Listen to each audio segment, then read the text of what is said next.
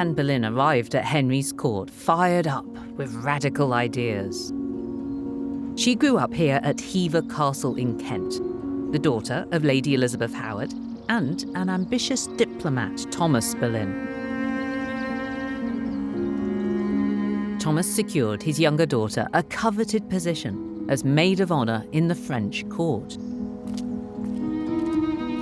And it was there that Anne was introduced to the new ideas that were transforming Europe.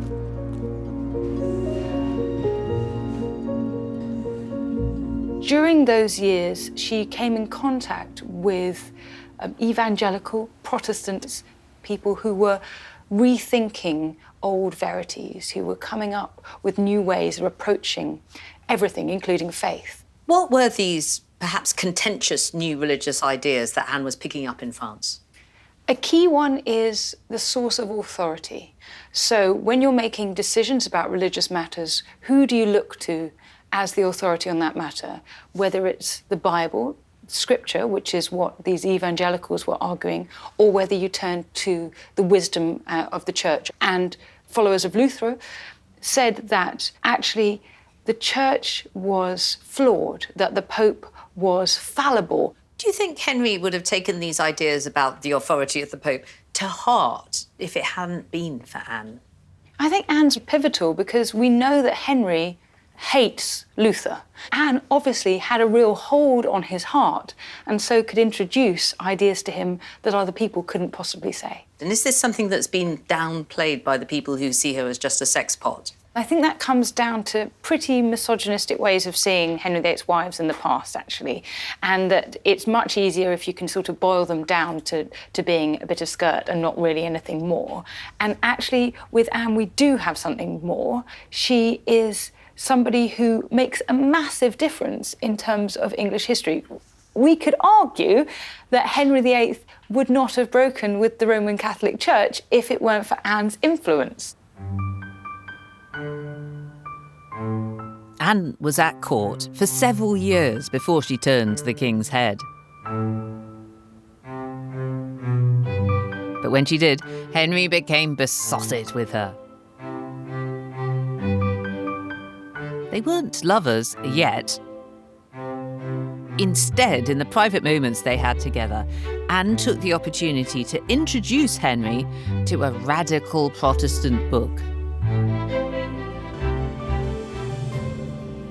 The book Anne's showing Henry is called The Obedience of a Christian Man by William Tyndale, the Protestant scholar.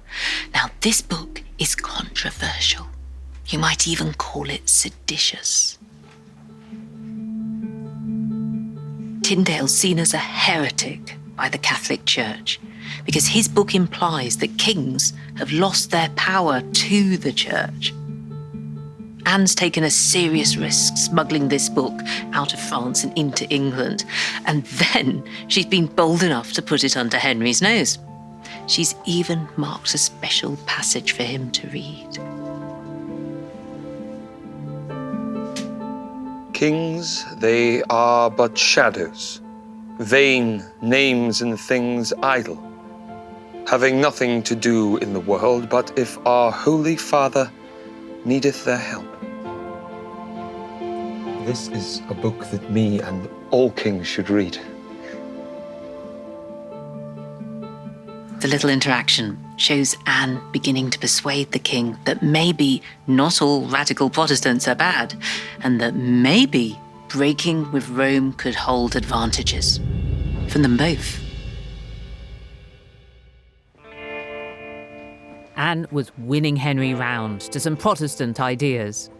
And she refused to sleep with the king until he'd made her his new queen. But there were many obstacles in her way. Henry was still married, and his wife had many supporters at court. Eustace Chapuis was devoted to Charles V, who just happened to be the nephew of Catherine of Aragon. Chapuis really loved Catherine of Aragon. It was said that he venerated her like a saint. And partly as a result of this, he really hated Anne Boleyn. In his letters to Charles V, Chapuis describes Anne as more Lutheran than Luther, and he slut-shamed her. He called her the concubine and the whore. And Chapuis really set up this image of Anne that does survive to this day as the wicked, evil seductress, as the original other woman. Anne's genuine intelligence and sense of political strategy just don't fit into this soap opera version of the story. In 1532, Thomas Cromwell became Henry's chief minister. Unlike Henry, he was a radical Protestant who saw Luther as a progressive force. An ally of Anne Boleyn, he saw the King's Great Matter as an opportunity to advance the Protestant cause. So Cromwell began to weave some expert political propaganda. He assured Henry that there was a way to get him his divorce, improve his finances, and enhance his political power. It would just take 2 Acts of Parliament. The first was drafted in 1533. This is the real, actual act in restraint of appeals. And because this act banned appealing to the Pope in ecclesiastical matters, it meant that Catherine was now banned from appealing to the Pope in her and Henry's great matter. From this point onwards, it would be Parliament, not the Pope, it would be London, not Rome, that would be the final authority on the constitutional affairs of England. By this time, Anne had succumbed to Henry's advances. And in January 1533, before the act had even been passed, Anne discovered she was pregnant. To make sure a potential baby boy was legitimate, they quickly got married. Henry, who was still married to Catherine, was now a bigamist. The Pope expelled him from the Catholic Church. This guaranteed that Henry would burn in hell for eternity. But Henry didn't seem to mind too much, because with Cromwell busy drafting his revolutionary acts, Henry seemed to feel that his powers were limitless. A year later, Cromwell produced a second bill, the Act of Supremacy. This made Henry the supreme head of a new Church of England and severed all ties with Rome. But how could he possibly justify this massive break with Rome? Well, the first clue comes in the very first line of the Act in Restraint of Appeals, where we begin to see Cromwell emerging as one of history's biggest fibbers. It says, "By diverse and sundry old authentic histories and chronicles, it's manifestly declared and expressed that this realm of England is an empire, governed by one supreme head and king having the dignity and royal estate of the imperial crown." What he's saying here is that Henry rules an empire. He is an emperor, as kings of England have been for centuries. And emperors are beholden to nobody, certainly not to the Pope. But where did this whole idea of empire come from? Who was Cromwell kidding? The truth is that Henry had no empire beyond the British Isles, apart from a precarious foothold in Calais that was increasingly expensive to defend from the French. But Cromwell wasn't about to let facts like these get in the way of his master plan. To justify the passage of power from Rome to London, he manipulated English history. This is the 12th century book that Cromwell used as his source and his justification. It's the history of the kings of Britain by a Welsh monk called Geoffrey of Monmouth. And in it, he takes the story of the kings of Britain right back to one of Britain's best-loved legends, King Arthur and the Knights of the Round Table. But this is really pseudo-history. It's more like a collection of fairy stories. But these fairy stories were the diverse and sundry old authentic histories and chronicles Cromwell was relying upon for his claim that England really was an empire. The Queen might be able to spin Philip's disastrous attempt to dethrone her into an English victory, but secretly she was a long way off winning the war with Spain. Peace and unity come to England as the Spanish ships are broken by the storm. But that's just another big fib, because it's not the end of the story of the Spanish Armada. By the end of 1588, Elizabethan England was planning a counter-Armada. The war with Spain was unfinished business. Around half of Philip's ships had made it home and were now being repaired. So in 1589, Sir Francis Drake led an attack on Spain. His orders were to destroy what was left of Spain's fleet, invade Spanish-owned Portugal, and put a Portuguese king on the throne. But the expedition failed. England's counter-Armada was a disaster.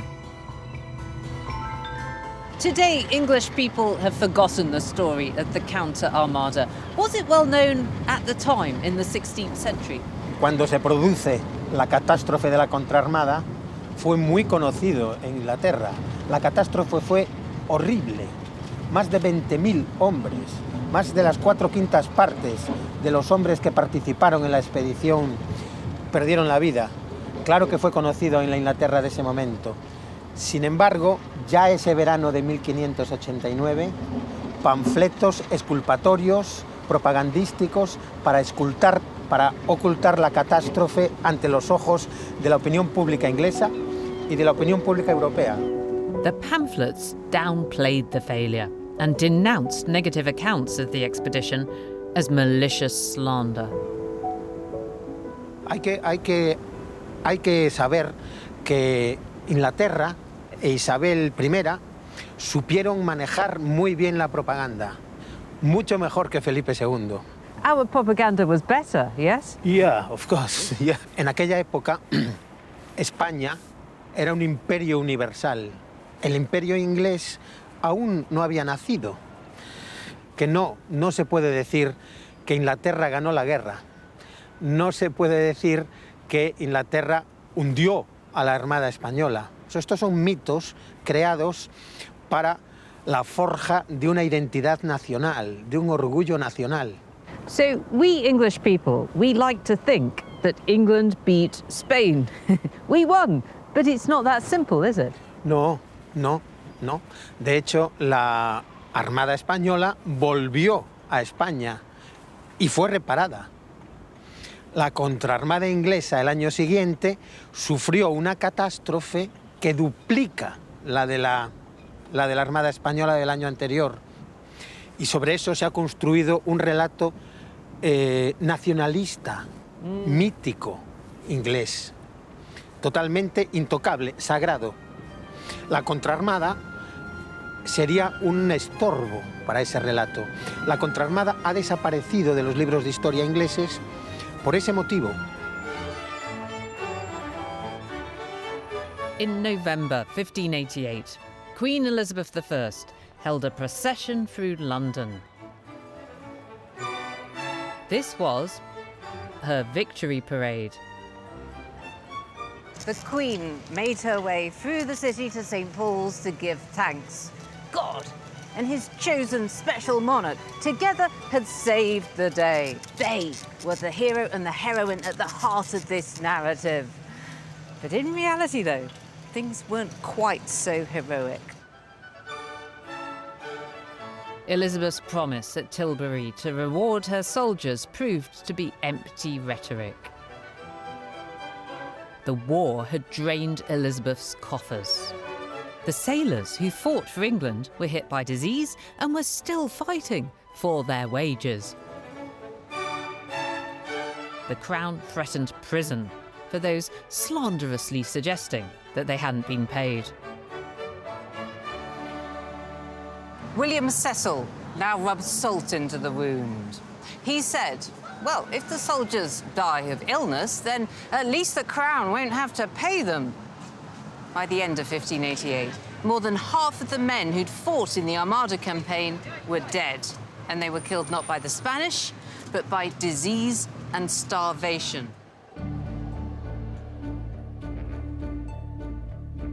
The reality of post-Armada England was economic crisis and an increasingly unpopular queen.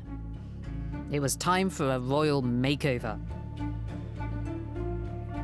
Elizabeth is now in her 50s, unmarried, and too old to produce the all-important heir to the throne. Her lustrous red locks have gone. Her face is pockmarked. More than ever, Elizabeth must conceal her frailties. Elizabeth has to manufacture an image of eternal youth. She needs to present herself as something more than merely mortal. On goes the white lead makeup to cover up her smallpox scars, and a red wig to cover up her grey hair.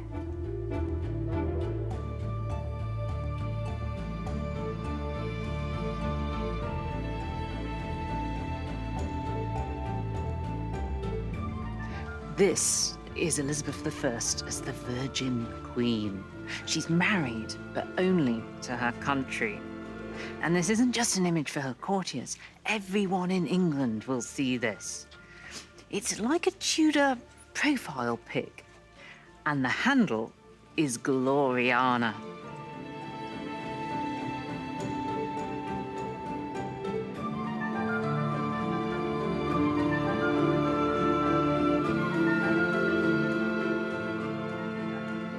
What we're seeing here is the creation of an Elizabethan marketing campaign. Elizabeth had lots of different portraits of herself commissioned, and they were sent out across England, across Europe, and all of them were loaded with propaganda messages. They said that Queen Elizabeth I is pure, that she's powerful, that she's going to make England great again.